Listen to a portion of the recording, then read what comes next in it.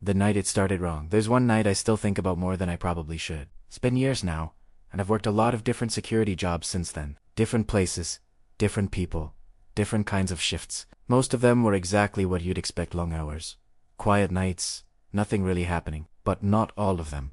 There were a few nights, spread out over different jobs, where something felt off. Not in a way I could explain at the time, just small things that didn't quite make sense. Things I brushed off, because that's what you do in this kind of work. You don't let your mind run with every strange sound or shadow. I didn't think much of it at the time. Looking back, though, those moments feel different now, like they were connected somehow, even if I couldn't say it then. But there's one night in particular that stands out. It didn't start in any dramatic way. No alarms going off, no obvious danger, just another shift. Samikas always. I showed up, checked in, got settled into my post, like I had done countless times before. If anything, it felt easier than most. Quiet, predictable. The kind of night where you almost forget you're supposed to be paying attention. And for the first few hours, that's exactly how it went. Nothing out of place. Nothing worth remembering. But at some point, things shifted. Not all at once. It wasn't like something suddenly jumped out at me. It was slower than that. Subtle. The kind of change you only notice after it's already happened. There was a moment I can't even say exactly when, where. I remember thinking that something didn't feel right. I couldn't explain it then, and I still can't fully explain it now. It was just a feeling, like the air had changed, or like I was paying attention to something I hadn't noticed before. Primera, ignoro di italiano. That's the part that sticks with me the most. Because if I hadn't, maybe things would have turned out differently. By the end of that night, someone was gone. No explanation, no real answers. Just gone. And even now, I don't know if they walked out on their own, or if something out there took them. A normal night at the warehouse. Back in 2017, I picked up a job working night security at a warehouse that sat way outside the main part of town. It wasn't the kind of place you'd ever pass by unless you had a reason to be there. The building itself was surrounded by a wide stretch of empty land. Just flat fields that went on farther than you could really see once it got dark. There were no nearby houses, no streetlights. Nothing except the warehouse and the access road leading in from the highway about half a mile out. My post was at the main gate. It was just a small security booth, with enough room for a desk, a chair, and a set of monitors hooked up to the perimeter cameras. There was another guard stationed at the back gate on the opposite side of the property. We almost never saw each other in person, but we stayed in contact through radios. That was usually enough to make the shift feel less isolated. Most nights followed the same pattern. I'd clock in around 10 and take over from the day shift. Get a quick rundown if anything out of the ordinary had happened, which it usually hadn't. Then I'd settle into the booth, turn on the monitors, and wait for the first round of activity. There were always a few late employees coming in or out. Sometimes a delivery truck that showed up behind schedule. ID check IDs, log entries, open the gate, close it again. Simple, estof. After about midnight, things would start to slow down. The calls on the radio became less frequent. The deliveries stopped. Anyone who needed access had already come through. From that point on, it was mostly just sitting, watching the cameras, and occasionally stepping outside the booth to stretch or take a quick look around the gate area. Me and the other guard would talk over the radio here and there. Nothing important most of the time. Just small talk to pass the hours, complaining about how slow the night was going, or joking about how the place looked more like a prison than a warehouse, with the fencing and the gates. It helped, especially during those long stretches where nothing at all was happening. There wasn't much need for patrols since the cameras covered most of the perimeter. Every angle near the fences and both gates was visible on the monitors. If anything moved out there, we'd see it. At least, that's what we were told. So most of the job was just watching screens and staying alert enough to respond if something came up. The quiet didn't really bother me at first. In fact, it was one of the easier jobs I'd had. No customers, no real pressure. Just time to sit and keep an eye on things. The kind of job where the hours passed slowly, but nothing ever really went wrong. But there was something about how empty that place felt once it got deep into the night. After 2, maybe 3 in the morning, it changed. The highway noise faded out. The occasional headlights stopped passing in the distance, and even the wind seemed to die down. It would get so still that the only thing you could hear was the faint hum from the monitors inside the booth. I didn't think much of it at the time, but looking back, that kind of silence wasn't normal. It wasn't just quiet. It felt like everything out there had just stopped.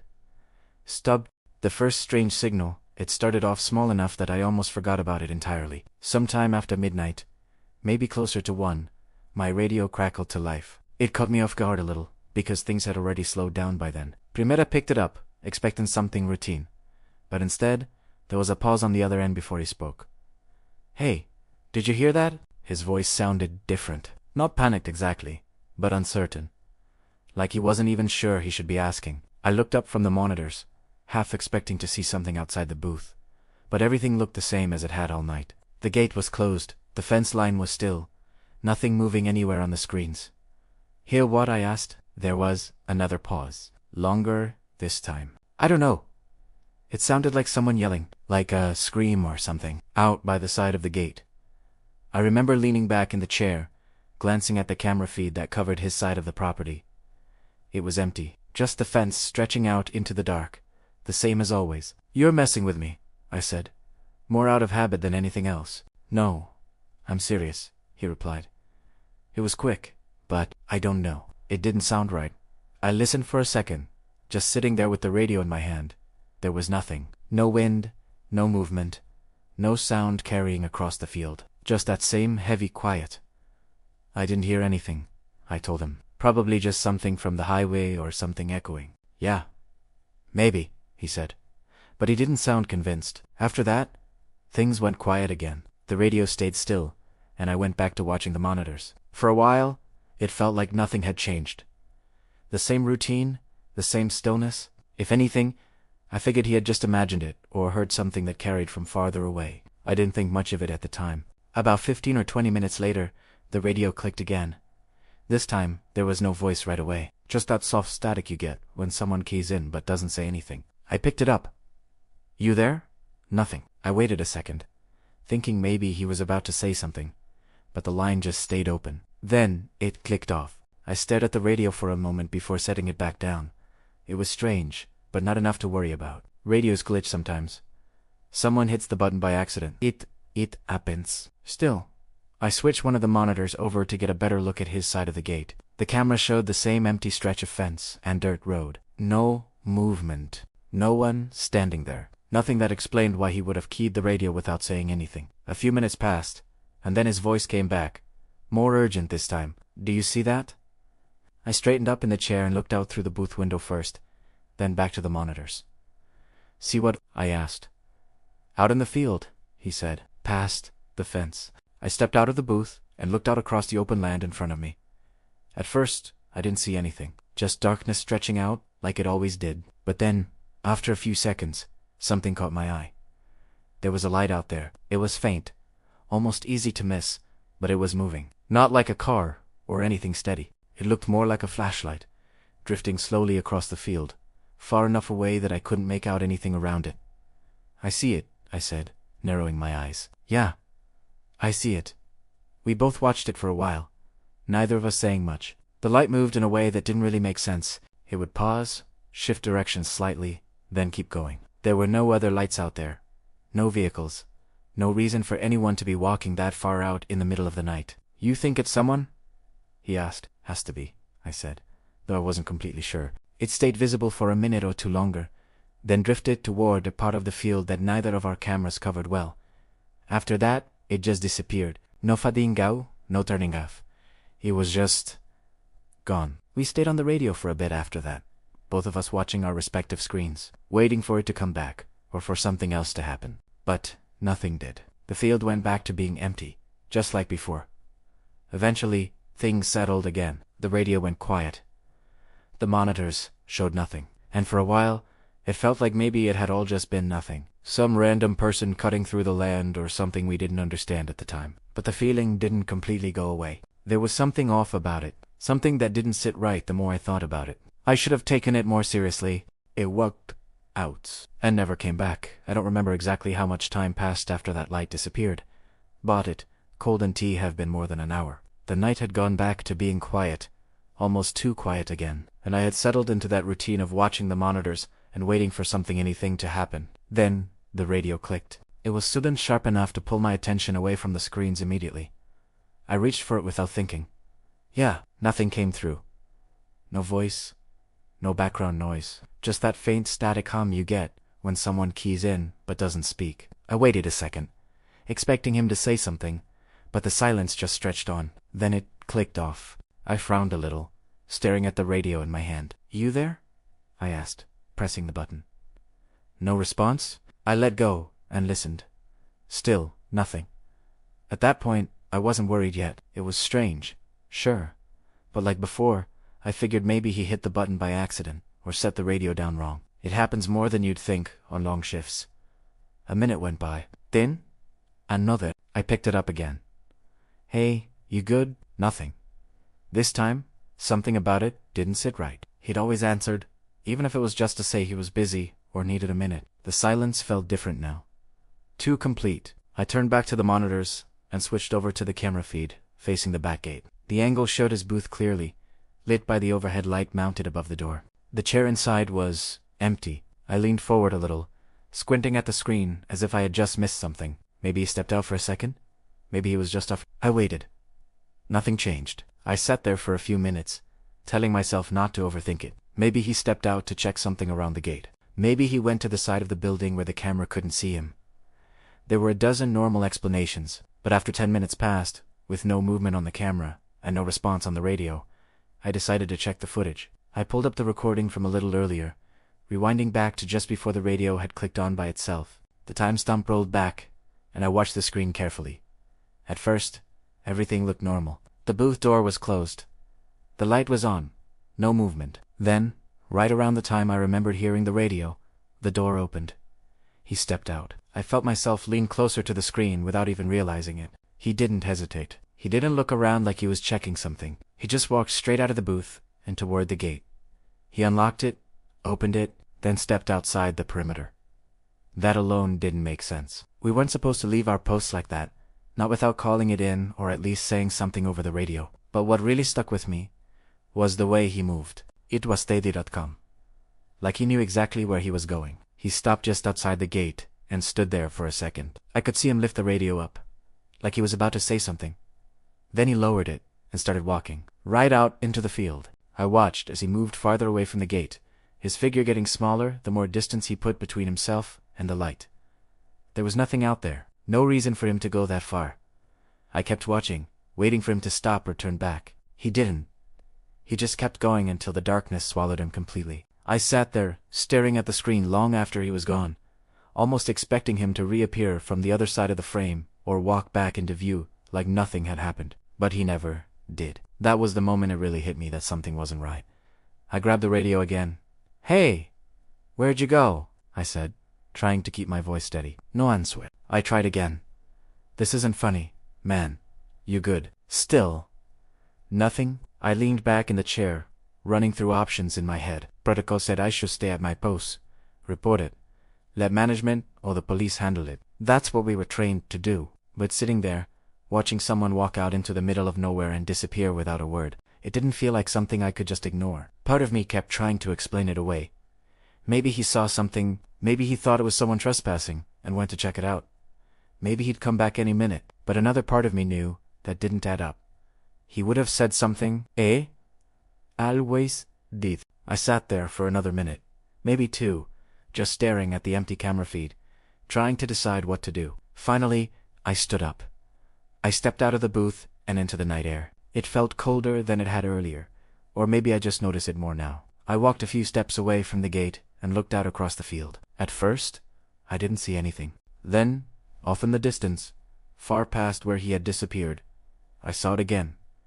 That same faint light, moving slowly through the darkness.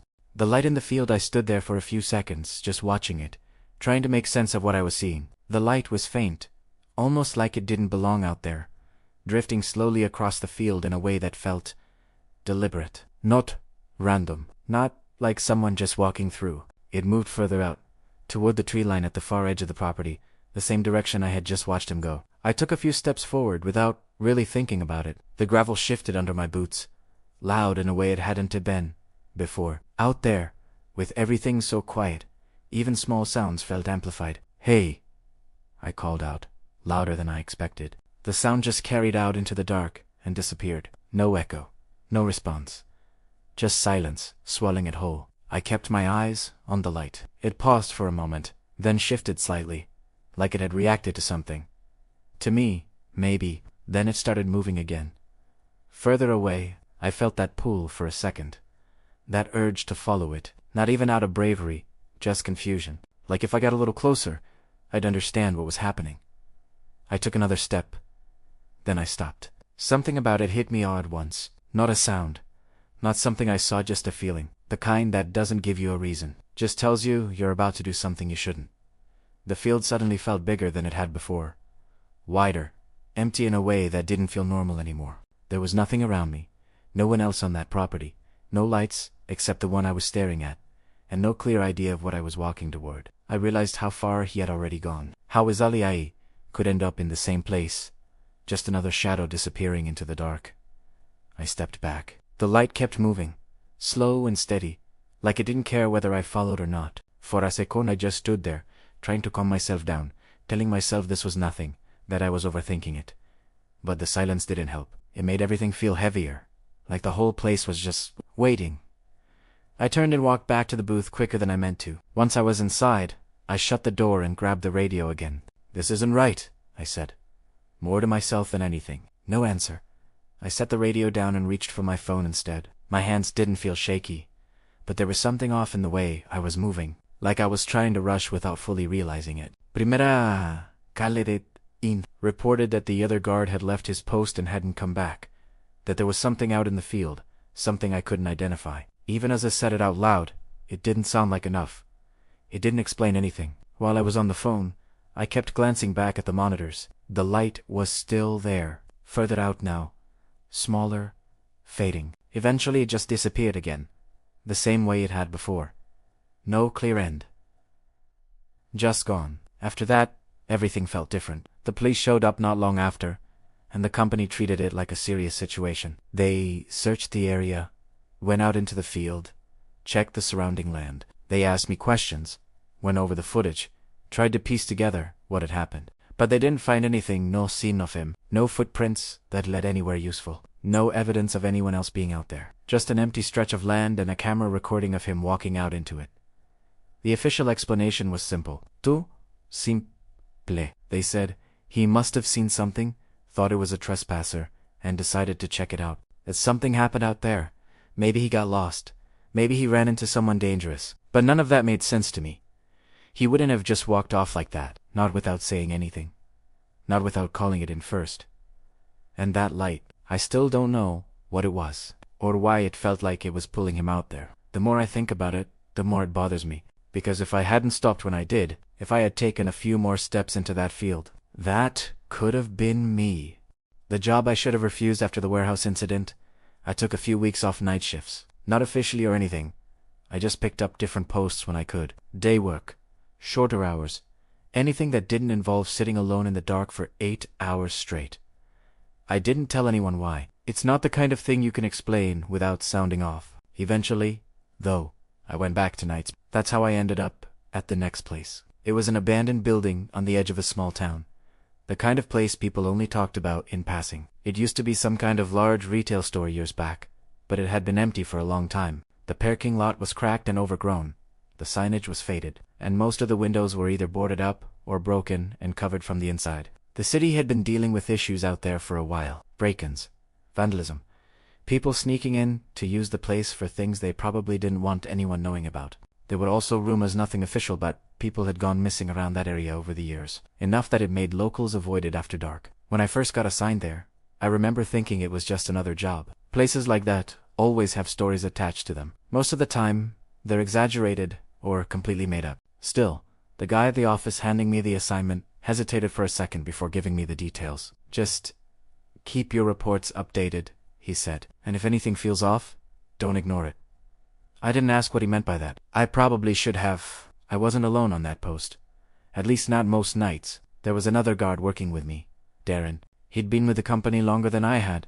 Older guy, pretty laid back. The kind of person who didn't get rattled is. We worked overlapping shifts, usually both there through the night, taking turns doing rounds and watching the monitors inside. The setup was basic. We had a small room near the front of the building where the camera feeds were set up. Most of the cameras cover the exterior, since that's where the problems usually started. Motion sensors would trigger alerts whenever something moved outside, and we'd check it, make sure no one was trying to get in. Inside the building, there weren't many cameras yet, so Every now and then, we'd do walk, just quick passes through the hallways and rooms, not going too deep into anything, enough to make sure no one had already gotten inside without being noticed. For the first couple of weeks, it was uneventful. We'd get the occasional motion alert, usually just kids or someone wandering too close before realizing the place was being watched. They'd leave as soon as they saw the lights or the cameras. Nothing serious. Me and Darren would sit in that small room, watching the screens, talking here and there to pass the time. It felt normal routine. Almost boring at times, but every once in a while, there would be these small moments where the place didn't feel right. It's hard to explain exactly. Just a kind of tension in the air. Like the building wasn't as empty as it looked. The way the silence would sit in the hallways when you stepped out of the monitoring room. The way sounds seemed to travel a little too clearly, even when there shouldn't have been anything making them. I didn't say anything about it at first. I figured it was just the setting getting to me. Then one night, while we were sitting there, Darren mentioned something offhand. "You know the last guy they had out here?" he said, not looking away from the monitors. I shook my head. He didn't last long. That was all he said. He didn't go into detail, and I didn't press him on it. At the time I figured it was just another case of someone not wanting to deal with night shifts or a place this far out. But thinking back on it now, this place already had a reputation, and I should have paid more attention to that. The voice outside the window, I stood there longer than I should have, just staring through the broken window, trying to adjust my eyes to the darkness outside. The glass was scattered across the floor near my feet, crunching slightly every time I shifted my weight. Beyond the frame, there was nothing but shadows stretching out into the empty lot behind the building. Then I heard it. A small sound, at first. Something subtle, like movement just out of sight. It came from somewhere to the right of the window, low to the ground, like someone stepping carefully over debris or gravel. I froze. Every instinct told me to step back, to get away from that window, but I didn't move. I just listened. Another shift, closer this time. I leaned slightly to the side, trying to get a better angle, but the darkness outside swallowed everything beyond a few feet. I couldn't see a face, couldn't even make out a full shape. Just something there, barely visible. Then the voice came. "Help me." It was quiet.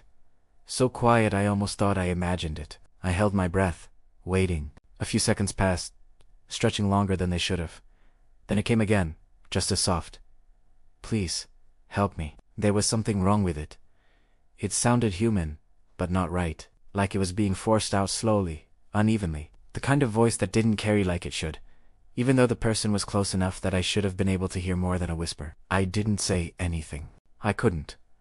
My mind was trying to make sense of it. Someone could have been hurt. Someone could have been outside, needing help. But at the same time, nothing about the situation made sense. Why stand just out of sight? Why not come closer to the window? Why whisper instead of calling out? I felt that same instinct from before creeping in again. The one that tells you something isn't right, even if you can't explain why. The voice came again. "Help me." Softer this time. Slower. I stepped back. The movement felt automatic, like my body had already decided what to do before I had fully processed it. I took another step, then another, putting distance between myself and the window. The voice didn't follow. It stayed there, just outside, repeating every few seconds. Always the same words. Always in that same low, uneven tone. I turned and walked quickly down the hallway, not running, but close enough. The sound faded as I moved away, but I could still hear it in my head, repeating over and over. When I got back to the monitoring room, I shut the door behind me and locked it. My hands were steady, but everything else fell off. Too quiet. Too still. I picked up the phone and called it in. I kept the explanation simple. Broken window. Possible intruder. Someone outside the building. I didn't mention the voice right away. Saying it out loud would have made it feel more real than I wanted it to. While I was on the phone, I kept glancing at the monitors, half expecting to see something move on one of the feeds, but everything outside looked empty. No sign of anyone near the building. The voice didn't come back. Not while I was inside that room. By the time the police arrived, I stayed where I was until they told me it was clear to come out. I gave them what information I could, walked them through what happened, but I didn't go back to that window with them. I didn't want to see if anything was still there. I finished the shift, but I didn't go back after that. I quit the next morning. I never followed up on what they found, if they found anything at all. I didn't call Darren again. Didn't ask anyone else about what had happened before I got there. Some things are better left alone. I never found out what was out there, and I didn't want to Someone was watching the building the first time I saw him. It didn't seem like much. It was just after 1 in the morning. Darren had stepped out back for a minute, and I was sitting in the monitoring room watching the feeds like usual. One of the motion alerts went off near the front entrance. That wasn't too unusual, so I pulled up the camera and took a closer look. There was a man walking up to the door. He didn't look like he was sneaking around or trying to hide. If anything, he looked calm. Too calm. Just walking straight up like he had every right to be there. Then he started knocking. At first, I thought maybe it was someone from the company, or maybe even local law enforcement checking in, but something about the way he knocked didn't sit right. It wasn't normal. It was loud, repeated, almost impatient. Like he was trying to force a response. I got up and started toward the hallway that led to the front entrance. The knocking kept going, steady and hard, echoing through the building. Then, just as I was getting close enough to see the door, it stopped, completely. Darren came back in through the rear entrance around the same time, and I told him someone had been at the front door. We both went back to the monitors. No one was there, not walking away, not standing off to the side, nothing. Just an empty entrance, like it had been the whole night. Darren laughed it off, said I was trying to mess with him. I didn't argue. It was easier to just drop it. But it stuck with me. A couple nights later, he showed up again. This time, I saw him on the cameras before he got to the door. He moved slowly along the side of the building, stopping at windows, trying to look inside, testing door handles, taking his time, like he was checking something. I stayed in the monitoring room and watched him. I didn't go out. Something about it made me hesitate. After a few minutes, he just walked off into the dark. No confrontation. No attempt to break in. Just gone. I wrote it up in the report, but nothing came of it. Then things went quiet again for a while. No more sightings. No alerts outside of the usual. It almost felt like it had passed, until the call came. It was on one of my days off. The coordinator from the company called me and said there had been an incident the night before. Darren had been working alone. Apparently, something happened during his shift. They didn't give me much detail, just that he had left in the middle of the night and quit on the spot. No notice, no explanation. That didn't make sense. Darren wasn't the kind of guy to just walk away from a job like that, especially not without saying anything. I tried calling him, texted him a couple times. No response. Then, after the second message, I realized he had blocked me. That was when it started to feel different. Going back to that building after that wasn't the same. The routine was still there. The same setup, the same cameras, but something about it felt off. Quieter in a way that didn't feel normal. Working alone didn't help. The first night back, I stayed more alert than usual. I kept checking the monitors, listening for anything out of place. Every small noise seemed louder than it should have been. For a while, nothing happened. Then, during one of my walkthroughs, I found it. It was one of the windows near the back of the building. Shattered. Not one of the old broken ones that had been boarded up. This one was recent. Fresh edges, glass scattered just inside and outside the frame. I stopped in front of it, looking out into the dark. The air felt colder there, like it was coming in through the opening. That was when it hit me. Someone had gotten inside, and I had no idea when. The mansion in the woods. A few years after that, I took a job that, at the time, didn't seem like it would be anything like the others. It wasn't a commercial site or an abandoned building. It was private, a single property, owned by a family that had more money than I could really understand. The place sat deep in the woods, miles away from anything resembling a town. The driveway alone took a few minutes to get through, winding between dense trees before opening up to the house, and the house itself. It didn't feel real at first. It was massive, not just big, but spread out in a way that made it hard to get a sense of where anything actually was. Multiple floors, long hallways, rooms that seemed to lead into other rooms. Even during the day, it would have been easy to lose your bearings inside. The property stretched out 4 acres in every direction. Forests on all sides. No neighbors, no just the house, sitting right in the middle of it all. The job was simple on paper. Night security. I'd arrive around 9 in the evening and stay until early morning, making rounds inside the house and walking the perimeter outside every hour or so. Most of the time, the family would either be asleep or not even there. They traveled a lot, which meant some nights I had the entire place to myself. The only thing that stood out from the beginning was how suddenly they had hired security. From what I was told, they had lived there for years without needing it. No issues, no incidents. Then, out of nowhere, something happened. No one gave me details. Not the company, not the family. just that there had been an incident, and after that, they wanted someone on site every night. I didn't ask questions. At that point, I had learned not to. The first few weeks were quiet. Too quiet, but in a different way than the other jobs. This wasn't an empty warehouse or an abandoned building. This was a place that was lived in, filled with furniture, lights, personal things. But when the family wasn't there, it felt hollow. I would start each shift the same way. Quick walk through the main floor, checking doors, windows, making sure everything was secure. Then I'd sit near the front area for a while, listening, watching, waiting for the hour to pass before the next round. The outside patrols were the part I liked the least. Once you stepped beyond the house, the darkness felt heavier. The trees blocked out what little light there was, and the deeper you went along the perimeter, the more it felt like the forest was closing in around you. There weren't many sounds either. No traffic, no distant noise, just the occasional movement of leaves or branches shifting somewhere out of sight. At first, I told myself it was just the isolation. But after a while, there were moments that didn't feel normal. Small things. I'd be walking along the side of the house and suddenly get the feeling that I wasn't alone. Not a sound. Not anything I could point to. Just that instinct that someone was watching. Every time it happened, I'd stop, look around, wait. And every time, there was nothing there. Inside the house, it wasn't much better. Sometimes I'd hear something faint from one of the upper floors. Not loud enough to identify, just a dull sound that didn't match anything I was doing. Once or twice, I thought it might have been footsteps, but I never heard it clearly enough to be sure.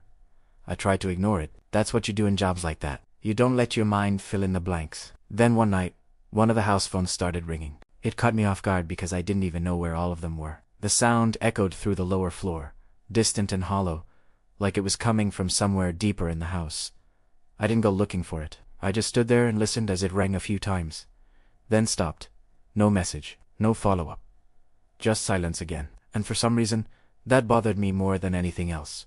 Something was already inside. It happened a few nights after that phone call. Everything started off normal. I did my first round inside, checked the doors, made sure the windows were secure, then stepped outside for the perimeter walk. The air felt colder than usual, and the woods were completely still. No wind, no distant sounds, nothing to break the silence. I made my way along the side of the house, following the usual path, when something caught my attention out near the tree line. At first, I thought it was just a shadow, something darker than the rest, but as I got a little closer, I realized it was a shape that didn't belong there. It was a car, old, worn down, pushed awkwardly between the trees, like it had been forced in and abandoned. It wasn't something you'd miss during the day. It sat maybe 30 or 40 feet from the edge of the property, just far enough to stay out of sight, unless you were walking that exact path. I moved closer, slow, careful. The ground around it showed clear tire tracks, fresh ones. The doors were closed, but when I got near enough to look inside, it was empty. No one in the front seats, nothing in the back, and both license plates were gone. That was enough to tell me this wasn't random. I backed away and headed straight for the house. The moment I stepped back inside and shut the door, I heard it.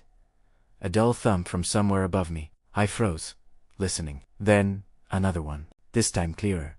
Heavier. Like someone walking across the floor upstairs. I looked up instinctively, even though I couldn't see anything from where I stood. The house felt different all of a sudden. No longer empty. No longer quiet. The sound came again, moving from one part of the upper floor to another. Footsteps. I moved slowly toward the staircase, every step deliberate, trying not to make more noise than I had to. My eyes stayed fixed on the second floor landing. Another sound echoed through the house. A door opening, then closing. Not loudly, not violently, just enough to hear it from below. I stopped halfway to the stairs.